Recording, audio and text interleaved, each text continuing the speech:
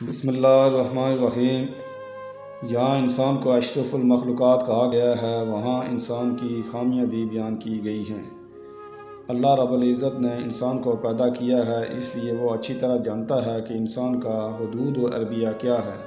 یہی وجہ ہے کہ قرآن مجید میں جہاں انسان کی خوبیاں بیان کی گئی ہیں، وہاں اس انسان کی 5 خامیاں بھی نشاندہی کی گئی ہیں۔ ایک خامی یہ ہے کہ انسان ظالم ہے، لیکن یہ بات واضح ہے کہ کسی میں ظلم ہونا اس بات کی دلیل ہے کہ اس میں عدل کے ہونے کی استعداد موجود ہے۔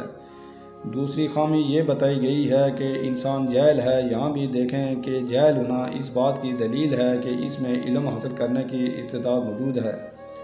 گویا یہ 2 الفاظ ظالم اور جاہل یہاں انسان کے عیب ظاہر کرتے ہیں، وہاں اس کی خوبیوں کی بھی طرف اشارہ کرتے ہیں۔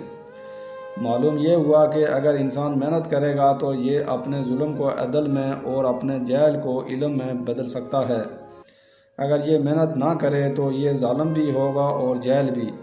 تیسری خامی یہ بتائی گئی ہے کہ انسان کمزور پیدا کیا گیا ہے، اس لیے انسان کو ضعیف الالبان کہتے ہیں۔ اتنا کمزور ہے کہ اس کے دماغ میں ایک اجنبی سا خوف ہر وقت رہتا ہے۔ دیکھیں، امریکن صدر اپنے آپ کو سپر پاور کہتا ہے، مگر نجومی سے پوچھتا ہے کہ اگلے دنوں میں میرا کیا بنے گا۔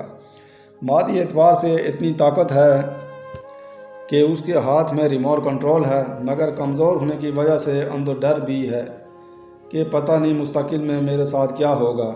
انسان اتنا کمزور ہے کہ ایک چھوٹا سا وائرس اسے بیمار کر دیتا ہے اور حکیم ڈاکٹر کہتے ہیں کہ یہ لا علاج مرض ہے، حالانکہ وہ وائرس اور جراثیم اتنا چھوٹا ہوتا ہے کہ انسان آنکھ سے بھی نہیں دیکھ سکتا، مگر وہی چھوٹا سا جراثیم انسان کو موت کے منہ میں دھکیل دیتا ہے۔